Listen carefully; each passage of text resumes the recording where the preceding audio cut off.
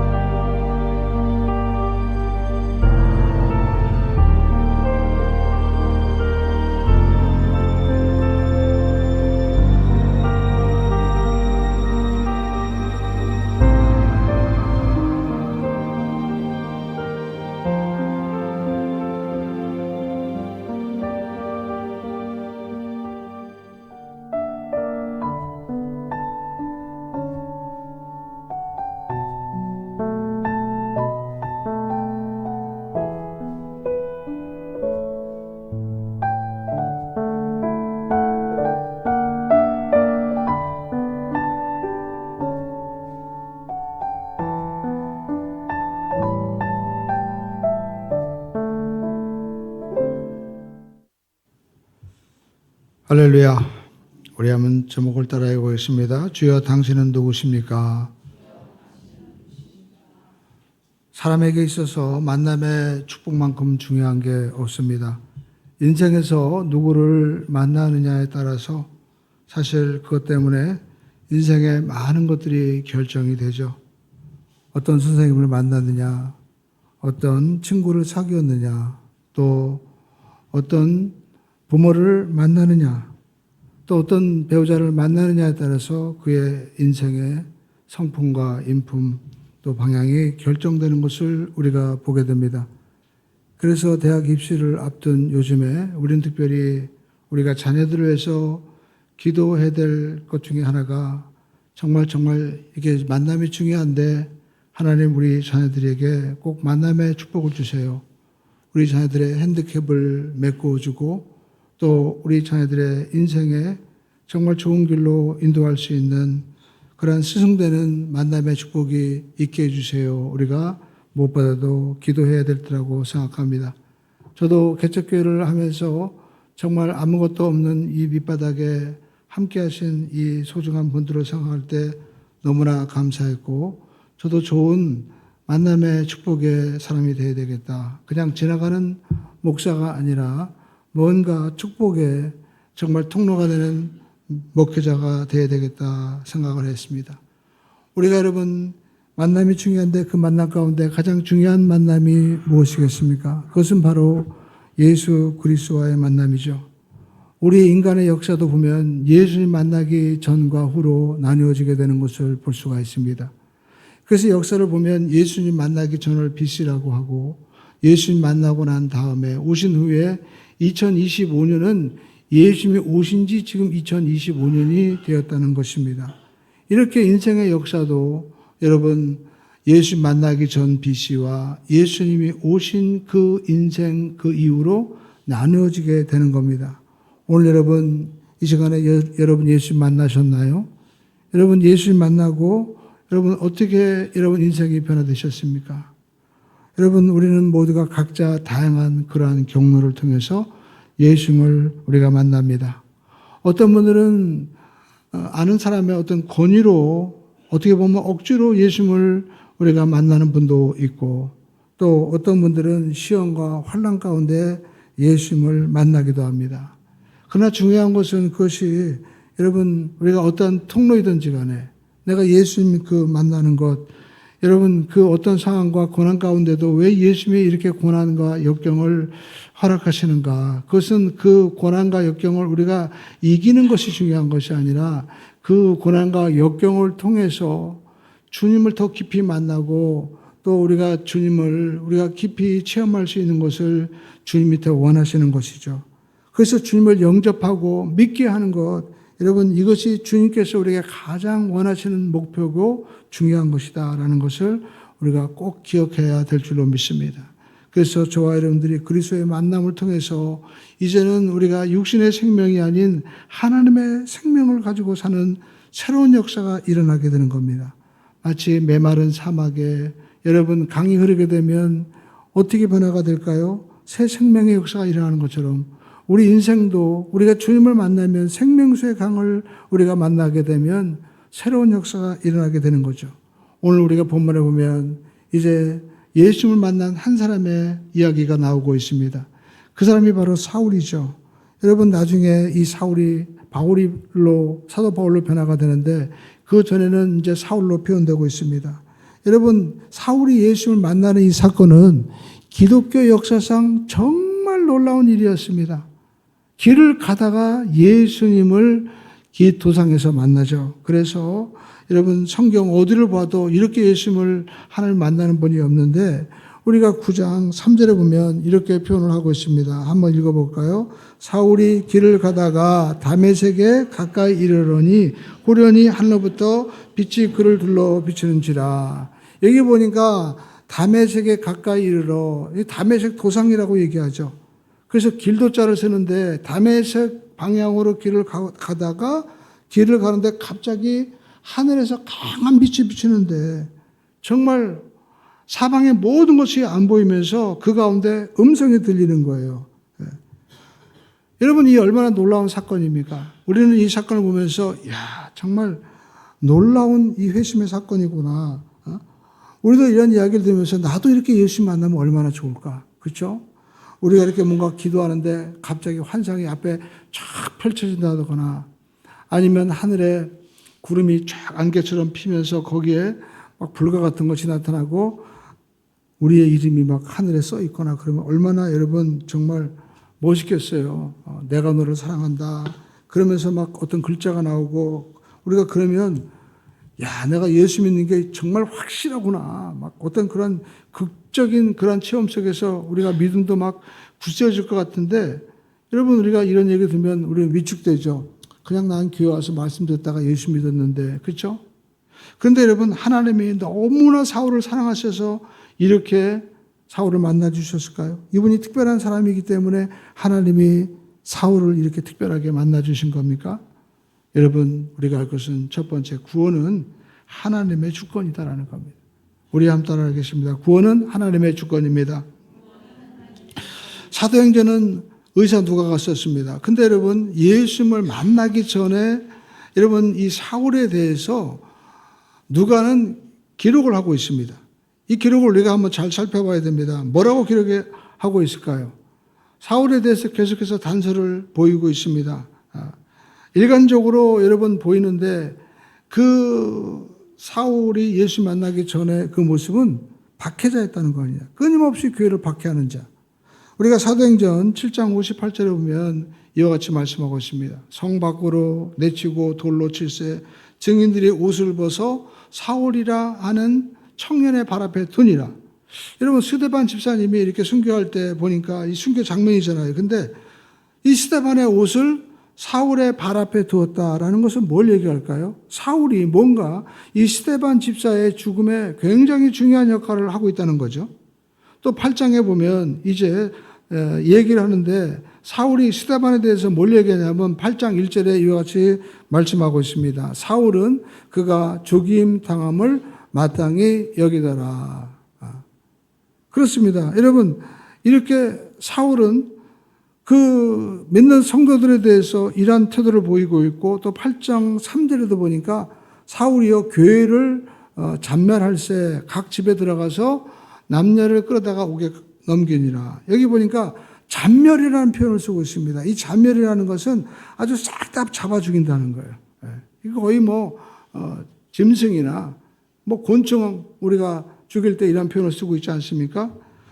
여러분, 이렇게 예수 믿는 사람들을 대적하는 사울이었는데 또 구체적으로 또 9장 1절로 2절은 표현을 하고 있습니다. 보십시오. 사울이 주의 제자들에 대하여 여전히 위협과 살기가 등등하여 대제사장에게 가서 다메섹 여러 회당에 가져갈 공문을 청하니 이는 만일 그들을 따른 사람들을 만나면 남녀를 막론하고 결박하여 예루살렘으로 잡아오려 함이라 라고 말씀하고 있죠.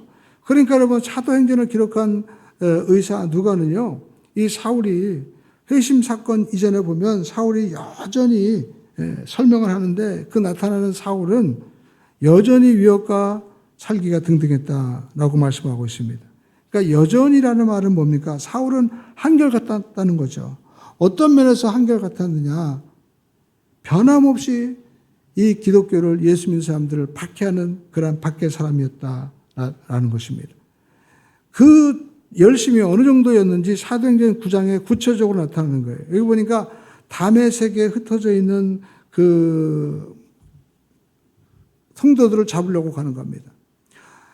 예루살렘에 빚백에 있어서 이제 그 다메섹까지 갔습니다.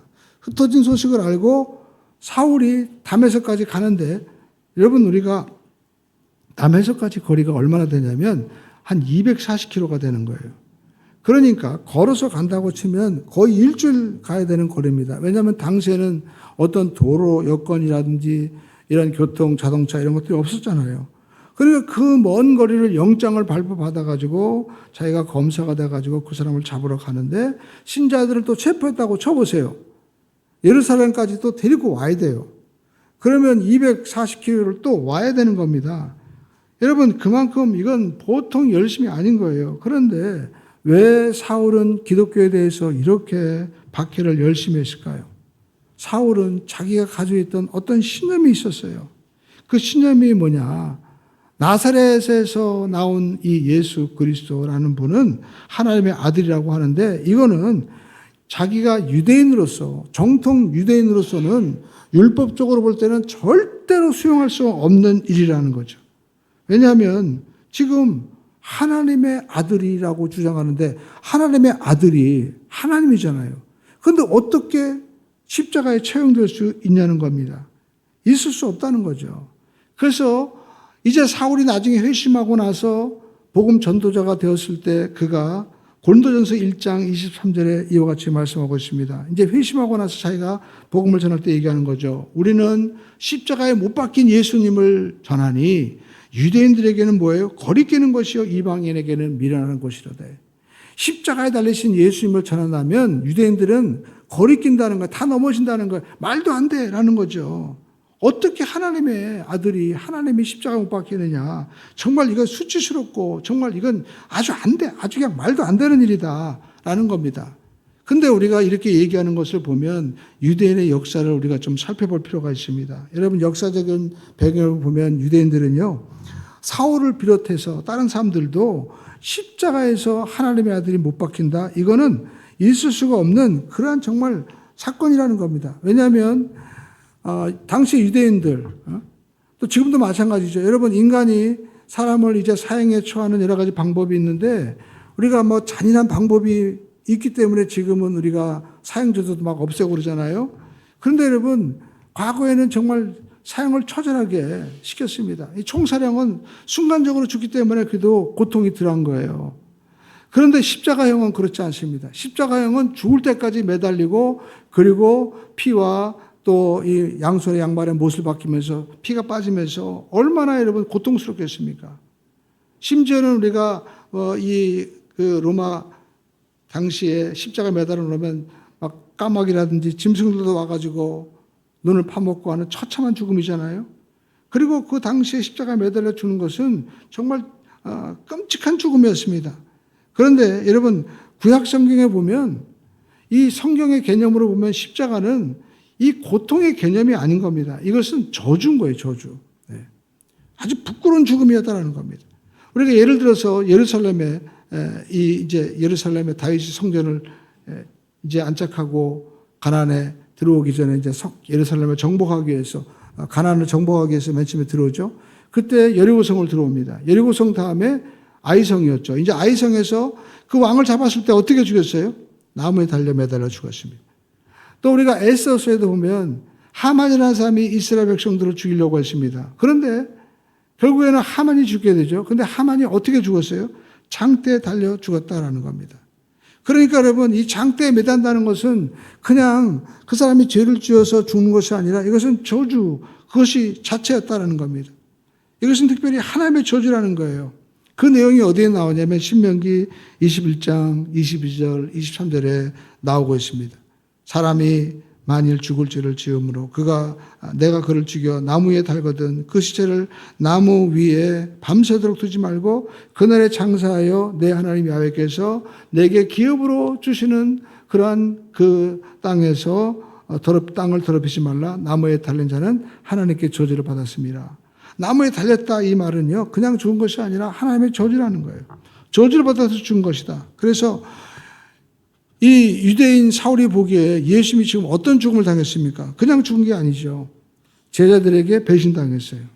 그리고 로마 병정들에게 침뱉음을 당하고 뺨을 또 맞고 머리에 가시관 쓰시고 그리고 빨개 벗긴 채로 채찍을 맞았습니다. 그러니까 여러분, 이 사울이 볼 때는 정말 이건 완전 저준 거예요. 율법적으로 도저히 소용이 안 되는 것입니다.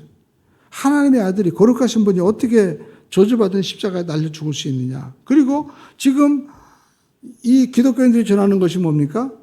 그 예수가 하나님이라는 거, 하나님의 아들이라는 겁니다. 이건 막아야 되는 거잖아요. 자기도 하나님을 믿는데 있을 수가 없는 일이죠. 그래서 이 유대교에 있었던 사도 바울은 십자가에 달리신 예수, 이건 말도 안 된다. 극도의 반발심을 가지고 싫어하고 또 그것을 막기 위해서 누구보다도 막 애를 쓴 거예요. 그런데 여러분, 이제 훗날 사울이 변해서 바울이 된 후에 자기가 복음을 전하다가 예수 믿는 것 때문에 자기가 잡혀서 신문을 당할 때 이 아그리파 왕 앞에서 자기가 자기 자신에 대해서 얘기를 하죠. 그때 뭐 어떤 얘기를 합니까? 변론하는데 사도행전 26장 우리가 9절에서 10절에 보면 이와 같이 표현하고 있습니다. 과거에 나도 나사렛 예수의 이름을 대적하여 많은 일을 행해야 될 줄 스스로 생각하고 라고 말씀하고 있어요. 그래서 어느 정도냐, 예루살렘에서 이런 일을 행하여 대제사장에게 가서 권한을 받아가지고 많은 성도를 옥에 가두고 또 죽일 때 내가 찬성을 했다는 거예요. 바로 스데반 집사 얘기를 하는 거죠. 그러니까 자기도 예수를 만나기 전에는 내가 어떻게 그렇게 예수 믿는 사람들을 핍박했다 이런 것을 자세하게 이야기하고 있다는 거죠. 내가 어떻게든지 예수 믿는 사람들을 내가 죽여야 되겠다. 그 성도를 핍박하는 얘기를 하고 있습니다. 그런데 우리가 사도행전 9장을 읽으면서 지금 그 사울이 극적으로 예수님을 지금 만나고 있습니다. 그런데 여러분, 우리가 그 얘기를 들으면서 사울이 어떻게 이렇게 길 가다가 하나님을 만나느냐, 또 빛 가운데 음성을 듣느냐. 우리는 이 구절을 들으면서 어떤 극적인 체험을 우리가 주목하는데 성경이 우리에게 주는 메시지는 다른 것입니다. 그것은 무엇입니까? 이 사울은 정말 우리가 인간적으로 생각할 때는 구원받기 힘든 사람이었구나라는 것을 우리에게 말씀하고 있는 것입니다. 그냥 교회에 대해서 반감을 가지고 있는 것이 아니라 아예 교회 자체를 없애고 심지어는 교회 다니는 모든 사람들까지 다 잔멸하는 그러한 정말 악한 사람이었다는 거죠. 그러니까 우리가 어떤 특별한 체험이 아니라 이 사람이 정말 예수님을 믿기에는 힘든 사람이었다는 것을 우리에게 보여주는 것입니다. 그런데 여러분, 이런 사울을 하나님이 직접 찾아가셔서 예수님을 지금 만나주고 계시고 그를 변화시키는 거예요. 오늘 저와 여러분들이 이제 새로운 만남, 새로운 우리가 시작, 이렇게 구원의 우리가 축제를 우리가 준비하면서 우리가 내가 어떤 분을 내가 전도해야 되겠다. 그런데 여러분, 그 사람을 내가 생각할 때 이 사울 같은 사람을 우리가 생각할 수 있는 거예요. 야, 내가 그 사람 전도하다가는 오히려 내가 해를 입겠다. 정말 구원받기 힘들어. 그렇게 생각나고 우리가 떠오르는 사람이 있죠. 그 사람은 절대 구원받을 수 없을 것 같아. 예? 진짜 안 돼. 근데 우리가 사도행전 9장을 보면서 우리는 어떤 힘을 얻을 수 있을까요? 자기 신념에 갇히고 자기 생각에 갇혀서 자기 종교에 갇혀서 그냥 고집불통으로 정말 바늘로 찔러도 피 한 방울 나지 않을 그런 사람도 어떻게 해요? 구원받는구나. 사울이 구원받는구나. 이걸 보면서 우리는 구원은 하나님의 영역이구나. 이것을 우리가 발견하게 되는 것입니다. 우리 가정에도 우리가 신앙생활하면서 계속 핍박하고 반대하고 그리고 어렵게 하고 괴롭히는 사람이 있잖아요. 그런데 우리가 이 사울의 모습을 보면서 야, 그 사람은 정말 걔는 정말 안 돼 하는데 여러분 성령께서 그 이름이 지금 생각나게 하는데 하나님은 그 이름을 다시 붙잡으라는 거예요. 왜요? 사울도 변화되니까. 구원은 주님의 영역이니까 내 마음대로 생각할 수 있는 그러한 영역이 아니다라는 것입니다. 인간의 힘으로 되는 것이 아닙니다. 우리가 어떻게 하면 돼요? 기도하면 되는 거예요. 여러분 성경 보시죠. 사도행전 7장 59절에서 60절에 보면 스데반이 돌로 맞아 순교할 때 어떻게 여러분 마지막을 마감하고 있습니까? 그들이 돌로 스데반을 치니 돌에 맞아 죽어가는 거예요. 근데 스데반이 그 가운데 부르짖어 이르되 주여 내 영혼을 받아 주시옵소서. 그러면서 주여 이 죄를 그들에게 돌리지 마시옵소서 이 말을 하고 자니라 라고 말씀하고 있습니다. 그러니까 여러분 사울이 지금 그 앞에 있는데 스데반이 죽는데 저 사람이 죽으면서 어떤 말을 하는가 했더니 세상에 기도하는데 주여 이 죄를 저들에게 돌리지 마시옵소서 하고 죽는 거예요. 그 마지막 모습을 보면서 사울은 어떤 마음을 가졌을까요? 뭔가 정말 기쁜 인상을 받지 않았겠습니까? 그리고 결국 그가 주님을 만나게 되는 거예요. 오늘 저와 여러분들이 여러분 우리가 이렇게 전도해야 되겠다. 우리가 하나님이 원하시는 이 전도사에게 동참해야 되겠다 할 때 우리가 생각할 때 도저히 안 되는 것 같은 그런 사람도 여러분 사울을 주님이 만나 주시는데 왜 안 만나 주시겠습니까? 오늘 영혼 구원에 새 힘을 내라고 주님께서 이러한 메시지를 우리에게 주고 계신 줄로 믿습니다. 그리고 두 번째 우리가 알 수 있는 것은 정말 이제 사울이 빛 가운데 주님을 만나죠. 근데 뭐라고 얘기합니까? 바로 우리가 두 번째 볼 수 있는 것은 주여 당신은 누구십니까? 라고 부르는 거예요. 여러분 우리가 지금 사울의 입장에서 생각해 보시죠. 사울은 이제까지 사울은 한 번도 살아계신 주님을 만나 본 적이 없는 분입니다. 그런데 지금 자기가 길을 가다가 강한 빛이 비추고 정말 주변의 사람들은 몰라요 또. 자기에게만 비추는 거예요. 그런데 여러분 사울이 언제 예수님을 하나님의 아들이라고 생각한 적이 있습니까? 없죠. 그러니까 여기서 사울이 주여 누구십니까? 라고 얘기했을 때 그 주여라는 대상은 지금 사울은 이분이 예수님이라고 생각하지 않는 거예요. 그냥 하나님이나 아니면 하나님이 보낸 어떤 천사건이라고 생각하고 그렇게 주여라고 물어보는 거죠.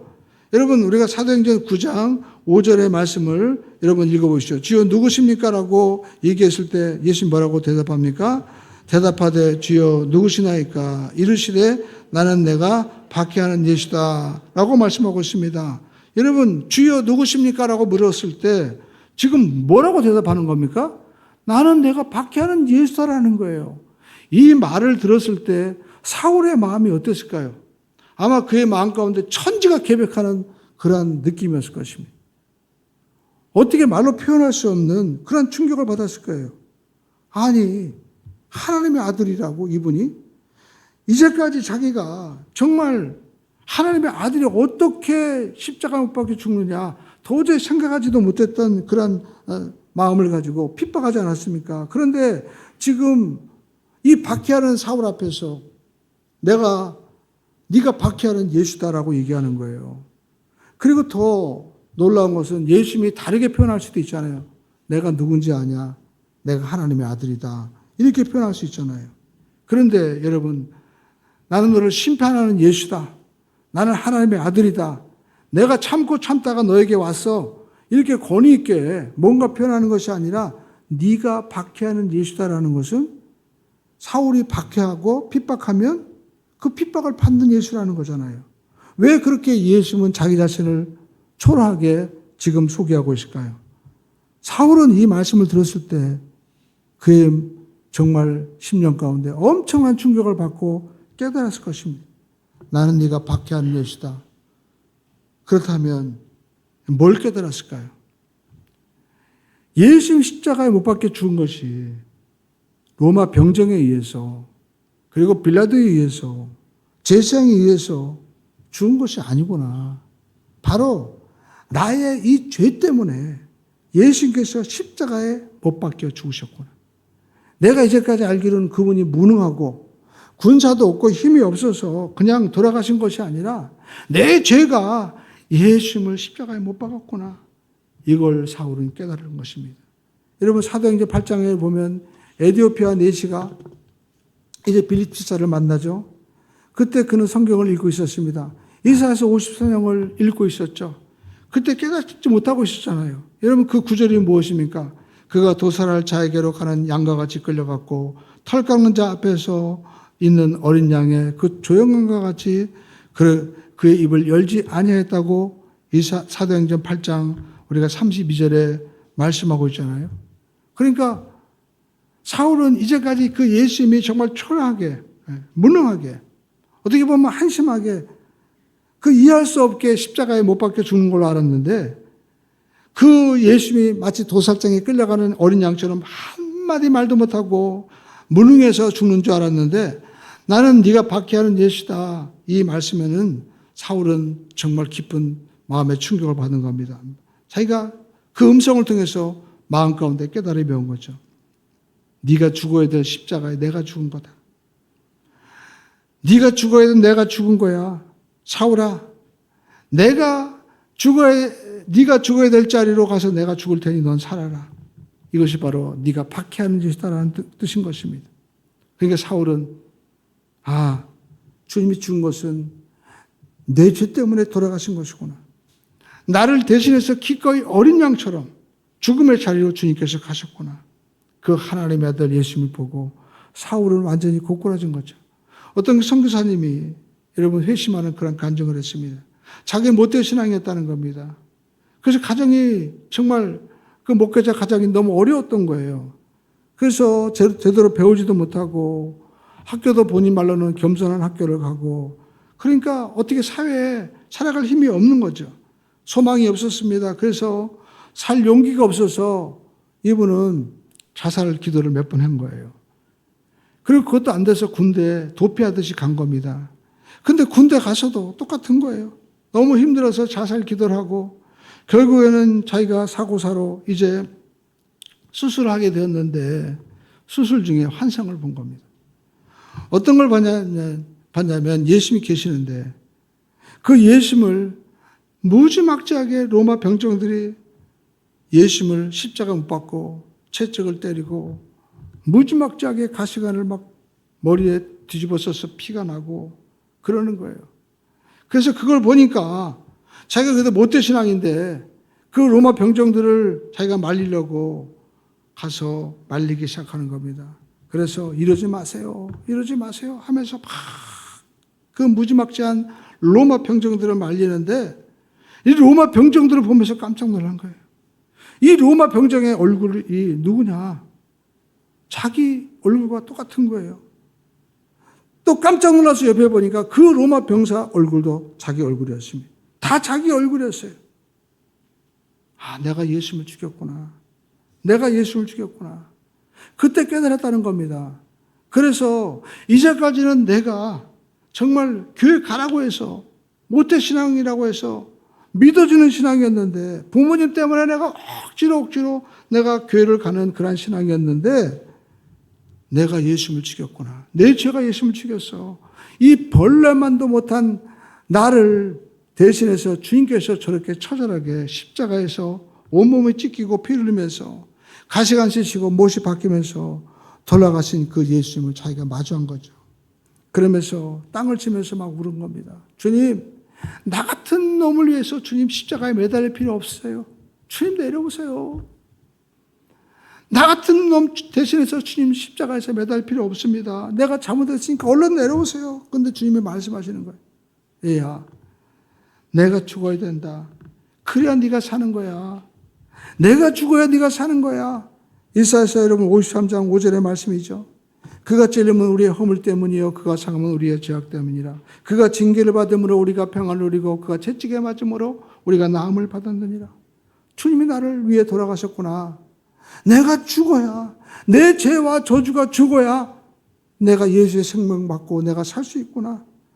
내가 정말 한평생 그 예수님 불쌍한 인생이고 또 정말 나는 아무것도 할 수 없는 인생이고 나는 아무것도 아닌 줄 알았는데 세상에 나를 위해서 주님이 저렇게 죽으셨구나. 이것을 자기가 깨달았을 때 여러분 그때부터 갑자기 자기 마음 가운데 죽고 싶은 마음이요 탁 사라지더라는 거예요. 예수님이 나를 위해서 죽으셨는데 내가 이제 살아야지. 갑자기 그런 마음이 들어오더라는 거예요. 그래서 자기도 결국 예수 만나고 하나님의 사역을 하는 그러한 선교사로 헌신하게 되었다는 겁니다. 오늘 여러분 우리가 할 수 있는 것은 우리가 신앙생활하면서 내가 사울처럼 특별하게 예수 만나고 어떤 특별한 신앙의 어떤 경험이 없다고 해서 여러분 낙심하지 마십시오. 우리가 세 번째 할 수 있는 것은 우리가 드리는 이 예배 시간이 바로 사도행전 9장이다라는 겁니다. 특별히 우리가 하늘에서 빛이 비치고 또 불이 떨어지지 않아도요. 오늘 이 예배 시간, 이 시간을 통해서 여러분이 지금 주님을 만나는 시간이고 예수님이 여러분을 찾아오시는 시간이에요. 다메섹 도상에서 사울을 찾아오신 그 예수님께서는 오늘 이 말씀을 통해서 이 한 선교사님의 이 간증처럼 오늘 저와 여러분들을 똑같이 지금 만나기 위해서 찾아오셔서 우리의 마음을 두드리고 계신 것입니다. 우리가 요한계시록 3장 20절을 보시죠. 이와 같이 말씀하고 있습니다. 볼지어다. 내가 문 밖에 서서 두드리노니 누구든지 내 음성을 듣고 문을 열면 내가 그에게로 들어가 그와 더불어 먹고 그는 나와 더불어 먹으리라. 누구든지 내 음성을 듣고 문을 열면 이제 주님께서 여러분 밖에 서 계실 거 아니에요. 그때 우리가 물어보죠. 주여 누구십니까? 라고 물어볼 때 주님이 뭐라고 여러분 대답하세요? 나는 네가 핍박하는 예수다.